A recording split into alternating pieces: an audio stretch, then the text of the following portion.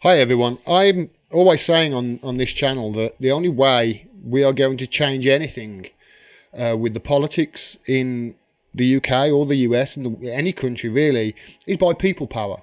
It's people power that is going to change the. It's not the politicians. The people are going to have to elect the politicians that they want.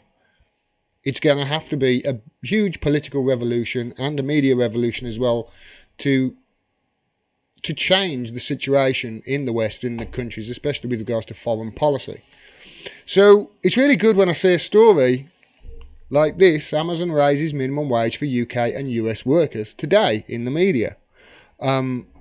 This comes on the back of some horrific press that Amazon have had over the last few years, especially over the last couple of months. Now, it sort of gathered momentum after Jeff Bezos, who's worth about $150 gazillion right now, tweeted this out on the 15th of June asking for ideas as to what he should spend his money on. What good cause should he give some of his billions?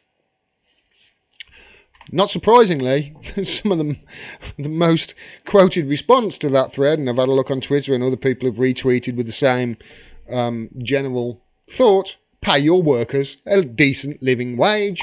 And he responded to that last month actually saying, I appreciate the responses, I'm going to do something about it. He never mentioned what they said, what he was going to do, but he said he'd changed his thinking.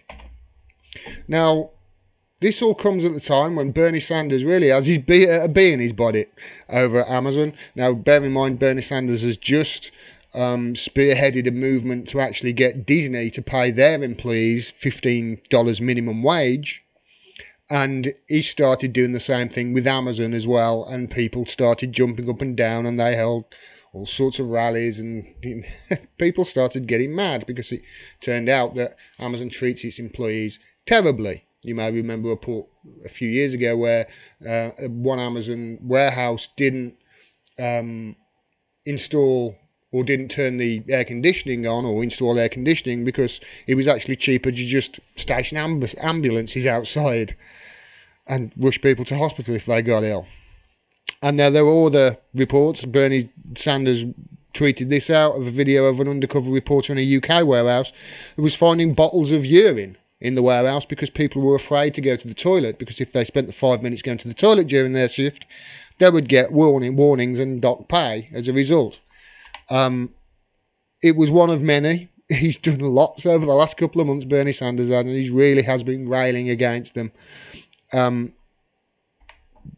of the videos, I'm not going to show them because I don't fancy a copyright strike, but check them out on Twitter. His videos on Amazon were appalling. Some of the things were appalling, which is why it was really surprising when Amazon actually decided to try and defend their position.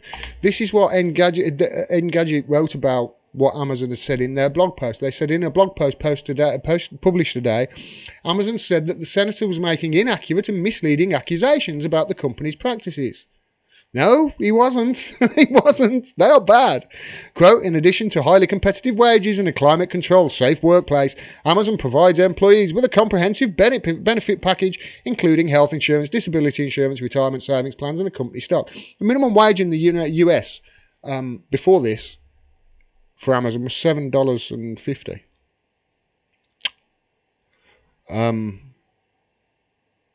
For employees that are treated like cattle, they're not even treated human by some of the reports.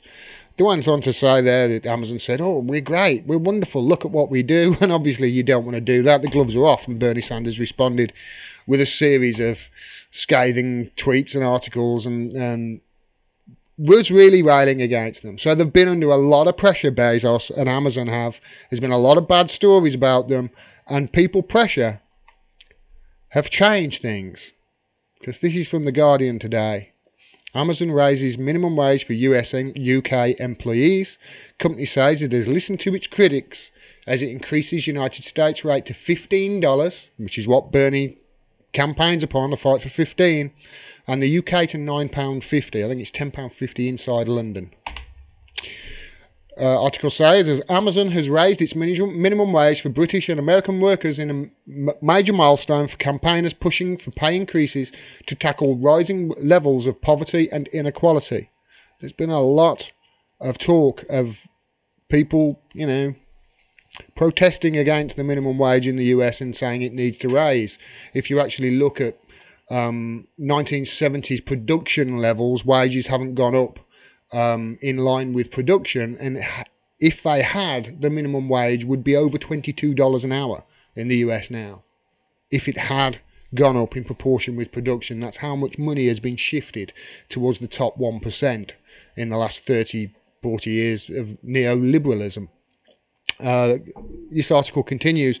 The company, which has become almost a byword for low-paid and low-quality work in recent years, said it would increase the minimum wage to $15 an hour in the US for more than 350,000 workers, while almost 40,000 staff in Britain will get an increase to £10.50 an hour in London and $9.50 across the rest of the country. Jeff Bezos, the billionaire founder of the e-commerce company, said, "We listened to our critics, thought hard about what we wanted to do, and decided we wanted to lead.